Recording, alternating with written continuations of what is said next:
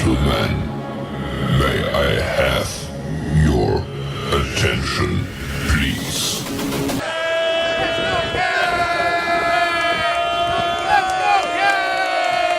The show starts in 3, 2, 1, go. Good morning, CaneSport. It's March 13th, 2024. I'm Gary Ferman, the publisher of CaneSport.com, joined once again by our managing editor, Matt Shodell, as we discuss the news of the day. And, man, I'm exhausted this morning. I mean, I couldn't sleep last night. I made the mistake. I watched the Miami basketball team play in the ACC tournament against Boston College, losing for a third time in one season to Boston College. Just losing, 10 of their last 11. Just a disgraceful collapse this season. No heart, no skill, a bunch of overhyped nonsense. I mean, I'm hearing that our true freshman is a lottery pick, and he didn't get a basket till the last minute or two of the game. Scored one basket in the ACC tournament. Wooga Poplar, who was supposed to be the best player on the team this year, was an absolute zero the entire season, just absolutely horrendous. Nigel Pack banged up, having to try to do way too much. Norchet O'Meara valiantly hanging in there and doing his best, but being asked to do way too much. And coming off a Final Four appearance that left all of us fired up coming into the season, I mean, the whole program came crashing down. You even had Carlos Boozer, who you're trying to recruit his two stud kids from Miami Columbus to come join your program and choose Miami over Duke.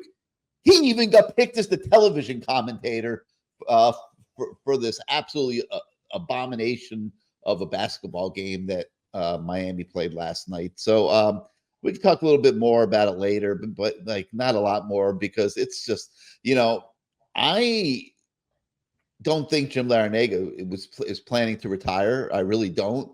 But when I look at the way this team fell apart this year and what they are facing to get this program back on track, I'm wondering, Matt, and we'll talk about this too, because I'm curious to get your thoughts, but like, I'm wondering whether this makes him say, like, I don't have the energy for what I need to do here to get this done. I mean, they're going to have to run guys out. They're going to have to go hit the portal for 3 or 4 stud players. They got a good recruiting class coming in, but let's save all this misery for the end of the show, because we do have a couple really good topics that I want to touch on here in the early stages of the show as we continue to unwrap week 1 of spring practice. And we are going to talk a little bit about separating the hype from the reality off of week 1 of spring football.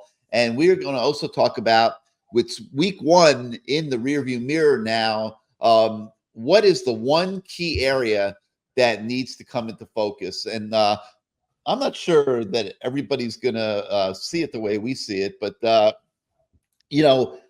think, Matt, that everybody's so focused on Cam Ward and the freshman coming in and, JoJo Trader and so many other things, that what really the spring practice is all about is developing depth on this football team. It's about players evolving, player development, and emerging into the off season of the summer workouts with a better feel for what this team will look like, not 1 through 4 or 5 at the top of the food chain, but what this team's going to look like, say 1 to 44. What's the second team going to look like on both offense and defense? And I don't know that they can answer that right now, Matt. I think that this entire spring practice, when you look at all the guys that are hurt and missing and all the young players that are on this roster,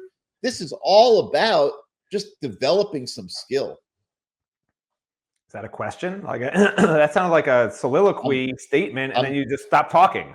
Am I I'm supposed to giving you talk the now and floor. say What am I something? supposed to do? Sit and talk for the whole show and What have do I do? everybody Argue with yell? you? What do I do? Argue with you? No, they don't need to build depth. You're No, I'm not wrong. arguing. If It's I keep obvious. talking, people are going to yell at me on YouTube and in the comments say Gary doesn't let Matt talk. So I'm going to let you talk.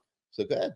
Well, what do you want me to talk about? Like, Talk about what the real true focus of spring football is. We have a story on the website today all about it. I mean, it's watching Cam Ward, obviously.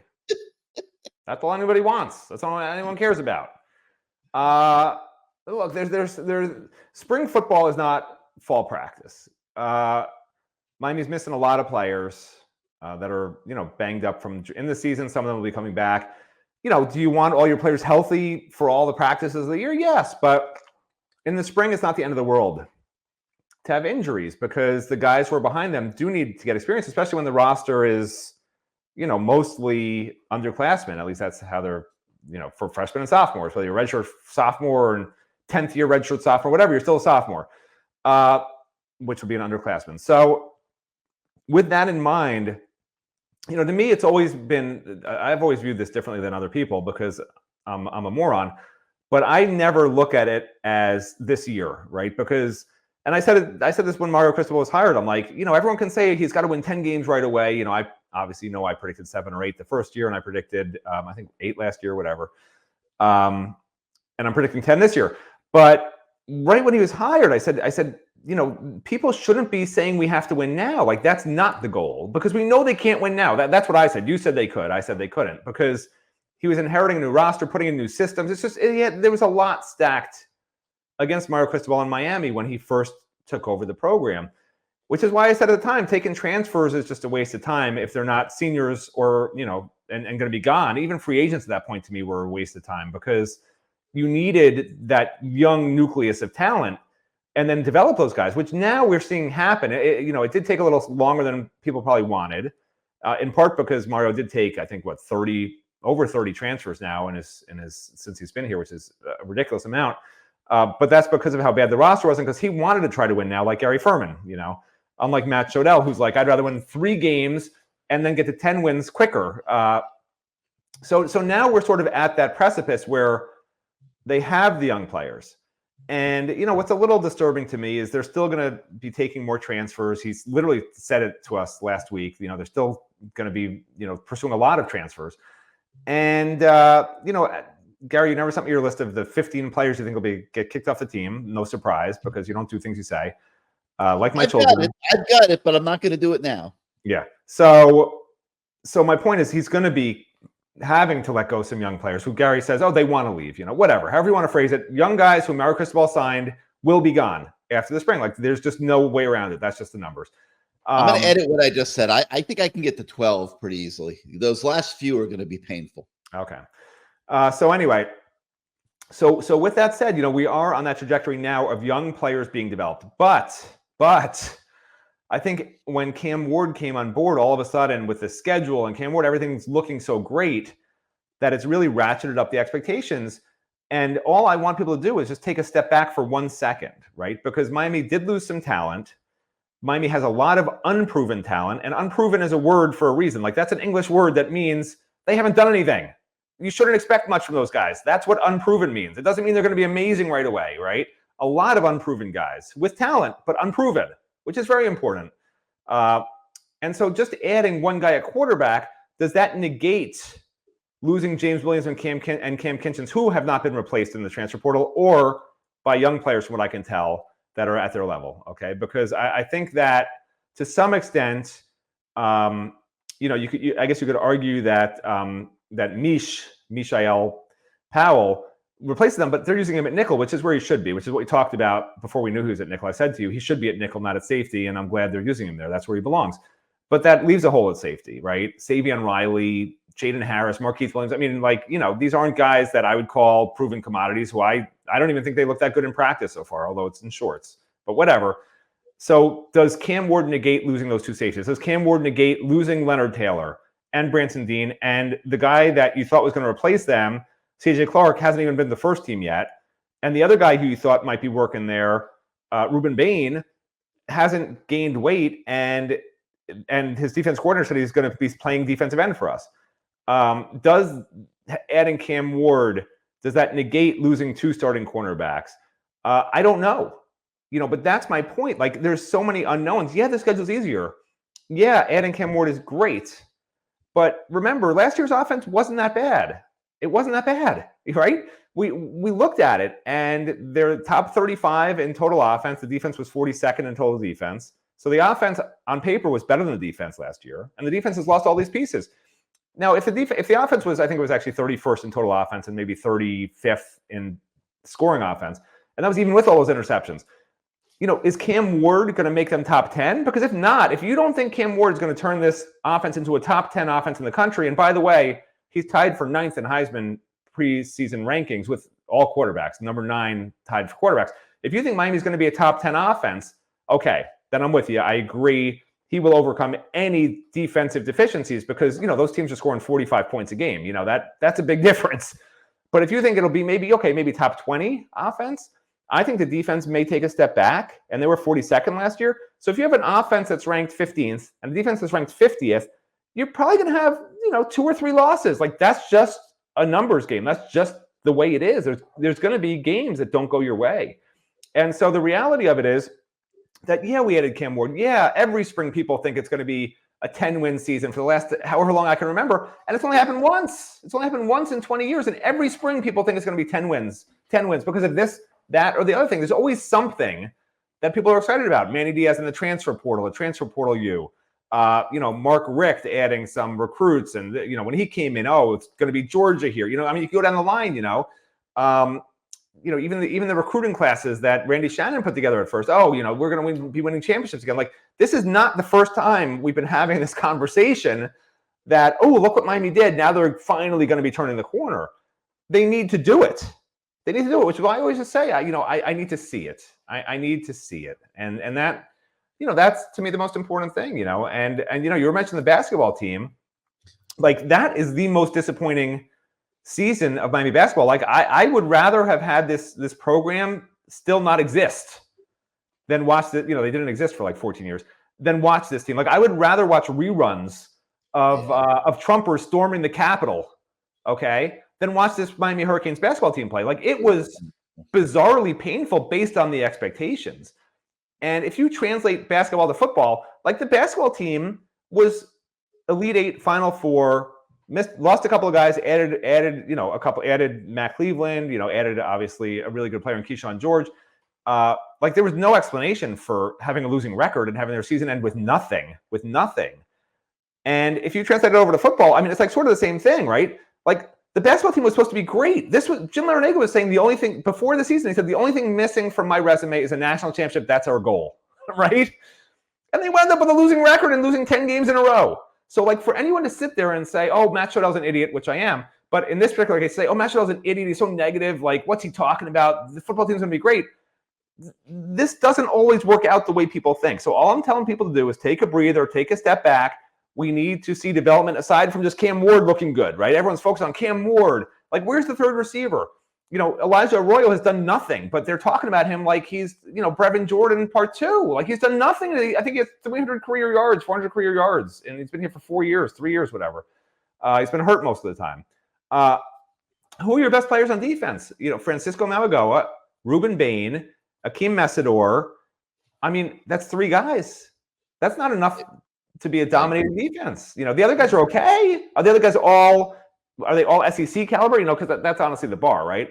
Can these guys be really good SEC players? Because if you're going to be in the ACC and win the ACC, eventually you're going to have to play an SEC team probably, right?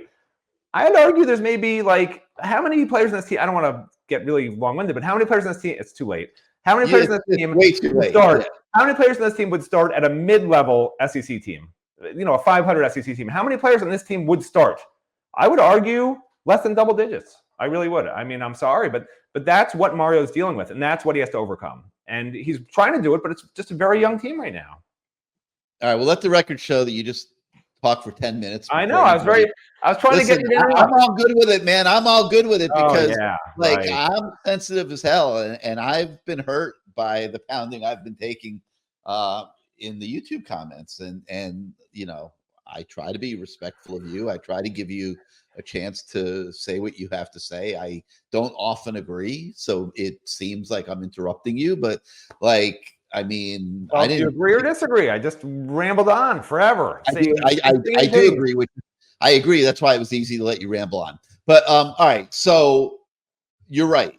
There, there really are maybe 3 impactful players that are proven on defense, and this is why the topic is so pertinent. I mean, player development. They have to develop more than 3 players that can be significant. So if you look at this roster, it's very heavy on young players, freshmen and sophomores. And, we talk about it a little bit in the story that's on the website today.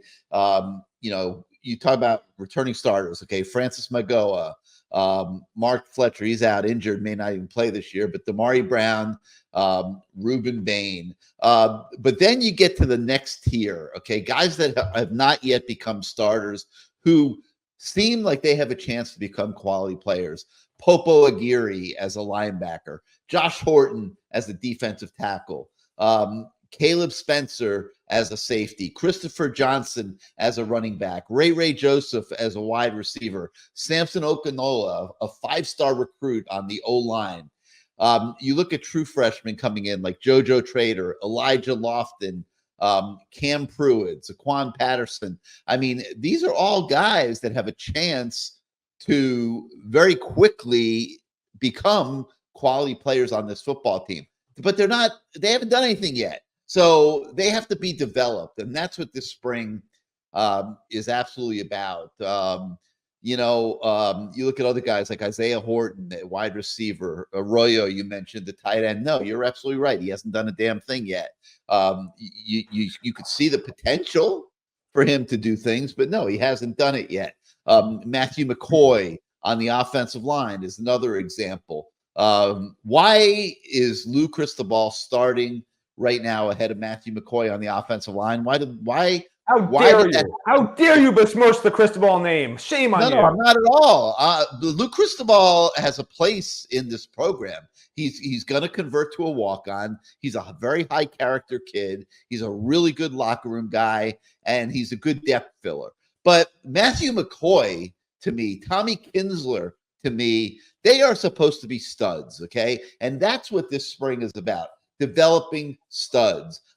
You could even talk about Nigel E. Kelly, for example, who got derailed last year by injury. I mean, when Nigel E. Kelly came into this program, they were talking about him being a freaking difference-making impact player.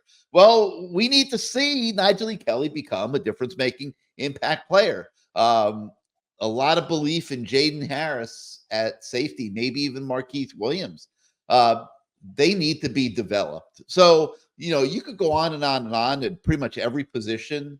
But there are young players everywhere on this football team that need to be developed, that need to justify the hype of the recruiting classes, which have obviously been very well received by those who do rankings. Miami's had back-to-back highly ranked recruiting classes among the top in the country. And you got to back that up now with player development. And that is how this program is going to get better. Yes, the transfer portal has a place, but Mario has been trying also to build this program from the ground up. And these guys that we're mentioning from these 2 recruiting classes got to be the foundation of that. Or, Matt, if they're not, then the whole thing's going to fail. Who's the foundation? All these young players in these last 2 recruiting classes. I mean, I don't understand. Like, that's just common sense. But you stop talking and you expect me to say something like that. Of course, it's like obvious. Yes, they are the foundation. The young players are the foundation. I've already said it like 10 minutes ago. All right, so since we've left Matt speechless now on this subject, I'm going to shift gears. But yeah, so it absolutely is about all these young guys in the next 3 weeks, and it's a tight window, man. Like, you don't get months of spring practice. Now, fortunately, coaches are able to work with players during the offseason workouts in today's college football rules. But, you've got 3 hard weeks here coming up off of spring break. And to me, it is going to be go time for this Miami Hurricanes football program. Just a very critical 3-week period of urgency to develop these young players. So another topic that we've been hitting on here in the last day or so is hype. And, Matt touched on it. There's all kinds of hype, just like there is every year. Guys get overvalued. They get pumped up. Obviously, a lot of hype around Cam Ward, coming in. Ja'Cory Harris did a podcast. He was out of practice on day one. Said it was one of the best day ones that he's ever seen from camps. Like he was there as a player, and he's already elevating this spring practices as at a higher level than even when he played. You've got people calling Cam Ward the best quarterback in the country, talking about a different culture. Well, we hear that there's a different culture pretty much every year. So the point is there is a ton of hype. It's a natural byproduct of a new year starting spring practice.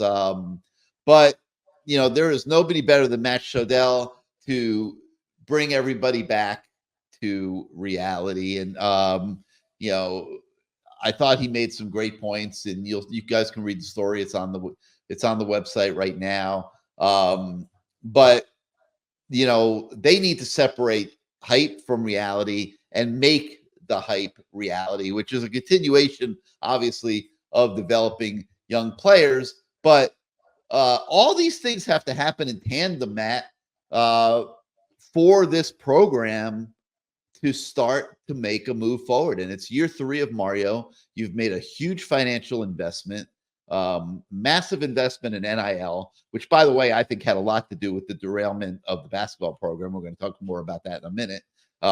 Suddenly everybody gets paid and they all forget how to play basketball.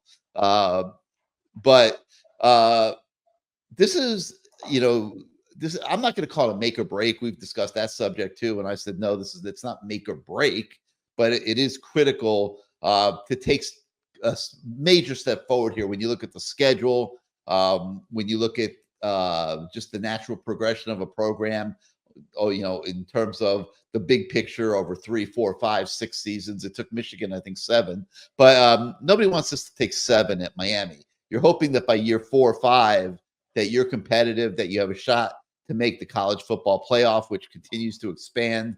So all that, Matt, is coming together here in this spring practice.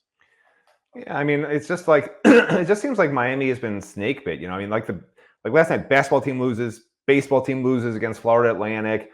It's just the football team hasn't been relevant. Maybe you could argue maybe 1 year they've been relevant in the last 2 decades. I mean, it's just like the baseball program's floundering, the basketball program's floundering, the football program has to be the savior, right? I mean, something has to go right for Miami fans at some point. It's just it's the opposite of Murphy's Law. Whatever can go wrong will go right. I don't know. It's Matt's Law. That's Matt's Law.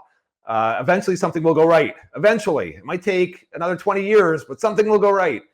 And, the thing is, it's really hard, even in spring and fall practice, because, people like to call me negative. I think even Gary gets called negative sometimes. And that's because a lot of these, other Miami reporters or, whatever, like it's really easy to go on a podcast or go on a message board as a reporter and be like, the team looks great. Everything's amazing. I've never seen a quarterback play this well. And this is the best first spring practice I've seen. Like, it's really easy to say that because fans love it, right? What fans don't love is when a guy that looks like this sits here and says, they were in shorts for 3 days. We didn't even see them do 11 on 11 once. Anybody, other than Ja'Cory Harris. And that was at the first practice when I assume they had no hitting, right? And they probably maybe the third practice, they probably had some thudding because they were wearing shoulder pads, but still in shorts. And, for fans to get all pumped up or upset if somebody says, oh, it's hard to tell right now, the team still has missing pieces. Like, that's just the truth, man. Like, it's just facts. Like, I can't convince people that somebody, from Earth walked on the moon I can't convince people of things that they are convinced themselves didn't happen. But like they're willing to believe that Miami is something that has never proven itself to be for as long as most fans can remember, 20 years, right? Which is a 10-win team, that's relevant in national college football.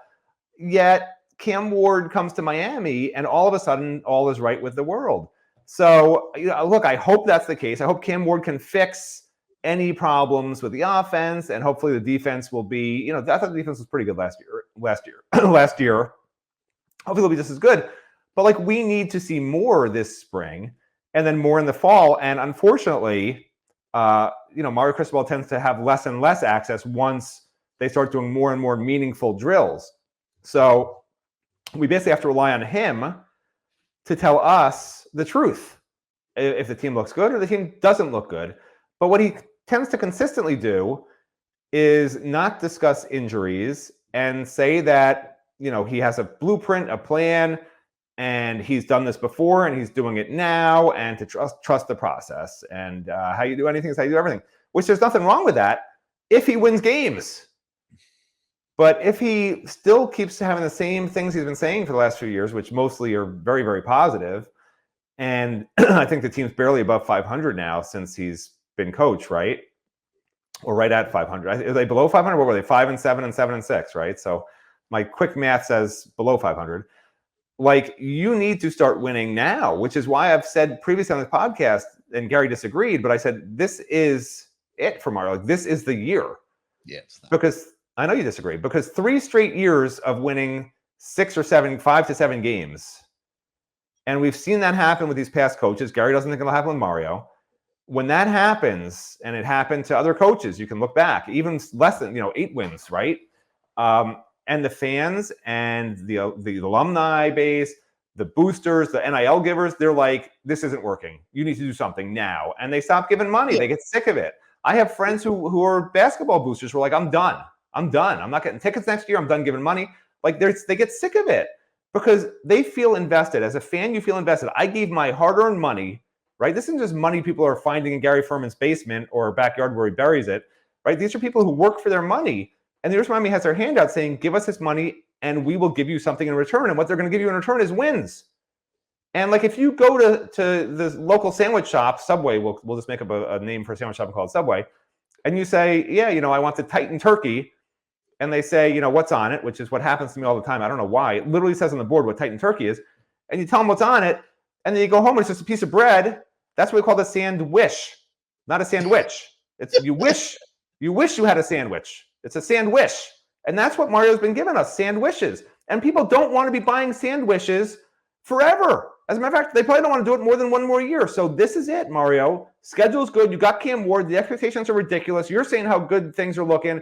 The players are saying the chemistry, the bond of the team is they've never seen anything like it before. Cam Ward's throwing $100 bills at players, taking them out to dinner. Like, this is it. So Gary Ferman can say, oh, he can win another 4 or 5 games this year, another 4 or 5 games next year. No, then we'll worry about it. I disagree. I think he needs to win this year. That's it. They need to get to 9 or 10, but that's not make or break for Mario. You're talking about 2 different things. They need to still show steady progression for the sake of the program. No doubt about it. But and just as a side note, I think there's a large segment of those watching this show right now that like the fact that we keep it real, that we, that we're not, fanboys, that we do real analysis and we look at this team. No, you're wrong, but I don't care. I just don't care. I'm like too old to care. I just don't care. I get a lot. Annoyed at us. If you don't realize fans are annoyed at you and more so me, then like you're just living. No, I mean we got some that like to spar a little bit and fight and grapple, and it's okay. I mean, there's certain things that I don't always like, but listen, I mean, debate is what sports is all about. And there are a lot of people out there that do like this show for that reason, that we do keep it real and then we do debate the issues. But, make or break, I mean, if you want to say make or break in terms of winning 9 or 10 games and continuing the momentum, yes. Make or break in the big picture, no. I mean, that's drama queen nonsense. What's your big picture? What does big picture mean? Do you think Mario can continue on and have this top classes, tons of NIL? You're climbing a mountain. here when you rebuild a program. You're climbing a mountain, and it takes time. It wasn't reality that it was going to happen in years 1 and 2. It may not be reality that happens in year 3. I mean, was FSU wasn't climbing a mountain? Like, what makes Miami so different that they can't win in their 3rd year with a coach? I don't understand the problem. FSU was artificial. They did it off the transfer portal. They did a Mario great job. tried to do the same damn thing. Like, what are you not talking to the about? degree of FSU, not to the the same success of FSU because he got the wrong portal guys. Yeah, but Miami, I think, has been doing a little bit better job of building the foundation through regular recruiting than Florida State has. Florida State hasn't been developing anybody. I agree. 100%. I agree with that. And they did a great job. They hit on a lot of guys in the portal. They won a lot of games and almost made it into the playoff this year. But now what? Now all those guys are gone, and they're back to square one kind of there. And you saw how they just got just demolished by Georgia in their bowl game, and when they didn't have all those portal guys on the field. So it's going to be interesting to see what happens at FSU this year. They've gone into the portal a little bit again, but they had to. But it'll be interesting to see how FSU does this year. But for Mario and the Canes, this is about continuing a progression. You got a very favorable schedule this year. Get to 9 or 10 wins. That will help you recruit even more. And just steadily continue to get better each season. And I think everybody will be fine. There's no reason for us to get all dramatic and put all kinds of crazy labels on the whole thing or whatever. Just keep getting better. And part of that is everything we've talked about on the show, developing all these young players that you've recruited the last 2 years that are supposed to be your foundation. They got to get to the point where you feel comfortable putting him in the rotation on first and second team, and that they are solid contributors and emerging impactful players. Because right now there is a continuation of a lack of impact talent in this program. And you can argue it all you want. You got a quarterback, you got a couple defensive players, and that is about it right now in terms of guys that you would call impact players. So we'll see. We'll see what happens from there. All right. We do have the usual assortment of recruiting stories on the website today. Make sure you check those out. Tampa Bay Tech 4-star 2025 receiver Dallas Wilson. He tells us that he will be visiting Miami this summer. So get the whole story on him. We have a story with Monarch edge rusher Ramondo Johnson. He's locked in a bunch of unofficial visits, and he was in Miami last week to see the Hurricanes and for practice, and we'll be continuing his flirtation and recruitment with Miami. We've got an update on him. We've also got an update on another defensive lineman by the name of Jarquez Carter, who talks to us about his recent Miami visit and his commitment timeline. So make sure you guys check out those recruiting stories, and we'll keep them coming at you, obviously, around the clock every single day. But Matt, I did want to end this show today by getting back for a few minutes to basketball. And they all got paid this year for the first time. And, Jim Larinaga, like you just astutely noted, he had to go around and raise money to do this. They're asking people to make contributions to the NIL fund so that they can keep this locomotive going. But I don't think these basketball players responded very well to getting paid. I mean, they had, like, some of these guys, like, I've watched them in practice. Like, I've watched Wooga Poplar make 29 out of 30 3-point shots in practice. Okay, the kids can shoot. Jim Larinaga, coming into the season, said he was the best mid-range shooter, or one of the best in college basketball. How does a guy like that just shrink to the point where he can't even make a shot? Like, he's throwing air balls up there. I thought Matthew Cleveland got very little done this season after coming in as a hyped transfer from Florida State. I'm sure he got paid. Nigel Pack's been getting paid for 2 years. He just got hurt and was trying to do way, way, way too much, and that took him out of his game and away from what he does best, which is knock down open shots, which last year happened off of the penetration of Isaiah Wong, who's now tearing up the G League. There was no Isaiah Wong this year. There was no Jordan Miller this year. It was a whole different team and a bunch of guys that shrunk under the pressure of being more than just role players. And every one of them shrunk. Even Norchad, as hard as he tries, was half the player this year that he was a year ago. Nowhere near as efficient. I mean, I've watched him shoot very well in practice as well. I mean, he couldn't make a three-pointer for his life, and they were giving them to him, and he was taking them, couldn't make them. Bensley Joseph, a guy that's supposed to be a defensive stopper off the bench, trying to be an all-everything offensive player, playing way out of his zone, and that showed. Matt, this program needs an overhaul. They can't come back with all these guys again next year. Some of them have got to go. It's going to involve some tough decisions by Jim Larinaga. He's got a good recruiting class coming in. I think he's going to need at least 4 quality transfers in the portal. Does Jim Larinaga, in your mind, stick this out and make these tough decisions, have the energy to go get those 4 guys in the portal and put together a much better competitive team for 2025? I mean, I don't think he's going anywhere, but I didn't either, but I started thinking about it last night. Like, man, is Jim going to be up for this? Like, this is a big deal that he's got to deal with. I don't know. Last time I talked to him, he said he wants to add. There's a Saudi Arabian company that makes a male humanoid robot. A male humanoid robot. That's a real thing. They unveiled it the other day, and it promptly grabbed a woman's butt. That's true. That's a true story. It inappropriately touched a woman. This male humanoid robot. If Jim Larinaga can take some robots and put them on their team, they would probably play better than these head cases. Because, like you said, they're hitting 29 out of 30. Wuga's hitting 29 out of 30 threes. Norchad hits 3 after 3 in practices. And then you put them in games, and their robot brain goes haywire. Like, Larinaga needs to program them like humanoid robots. Like, they need to go and do their jobs. And that's it. Other teams have players getting paid, Gary, so I disagree entirely with you. Oh, they give them money, now all of a sudden they can't play. Every top team has players getting paid. It's not just a Miami thing, okay? Well, money does create pressure to perform, doesn't it? What they really missed. We saw Tyler Van Dyke wilt. He got worse. I'm going to tell you what they missed. What this team was missing wasn't talented personnel. What they were missing was a guy who could actually get to the basket off the dribble, which was last year with Isaiah Wong, and then a team player, which was Jordan Miller. They didn't have a single guy on that team who appeared to care whatsoever about the rest of his teammates. Very selfish play most of the time, to the point that at one point in the middle of the season, Larinaga put a rule in that they had to pass the ball 3 times before they could even shoot it, okay? Because they were just constantly just like launching up shots, trying to do stuff themselves. Worst shot selection I've ever seen. Yeah.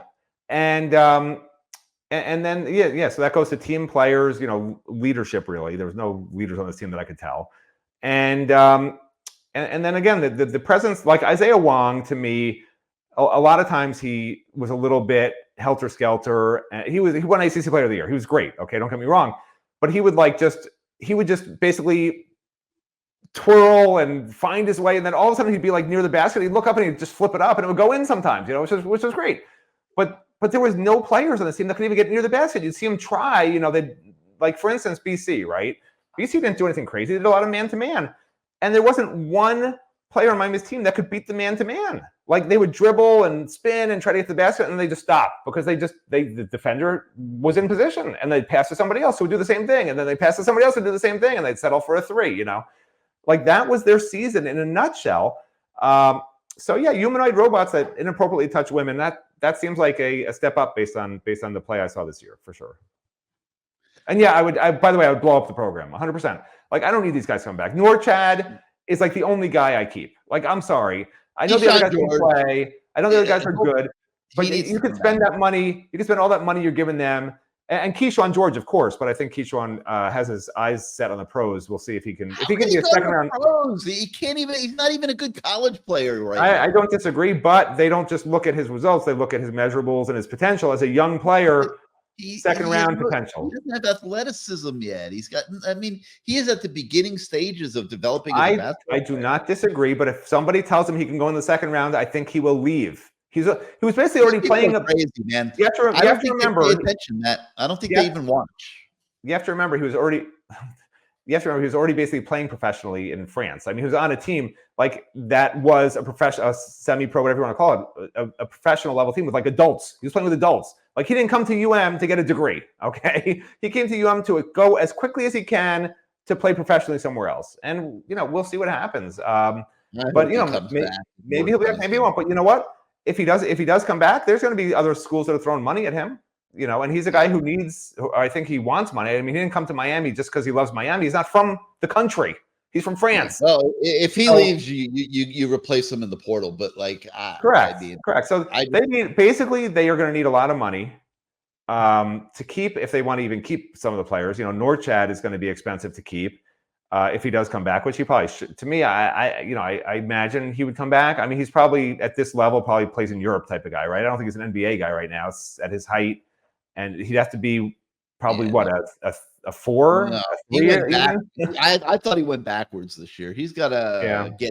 But I'm saying he's not a center. He's not even really a power forward. He's a small power forward. Not without being able to shoot in the NBA. Yeah, it's not. He's not going to have a real opportunity in the NBA, I don't think. So Leonard has to make some tough choices, but I have no problem with him. The way things are now, you can literally get rid of every player and just bring in a whole new team because you have it's like a salary cap. Whatever amount of money they've been giving these guys this year, you could take that money and just get a whole bunch of new guys next year, right? Plus the 2 5-stars that are coming in, who obviously they've already are going to have their NAL deals. Is he up for it? And you go from there. That's what I want to know. It's 1 5-star and a 4-star, right? And then whatever. But I want to know: is he up for it? I mean, is he up for it? Is that what he's thinking about as he wakes up this morning?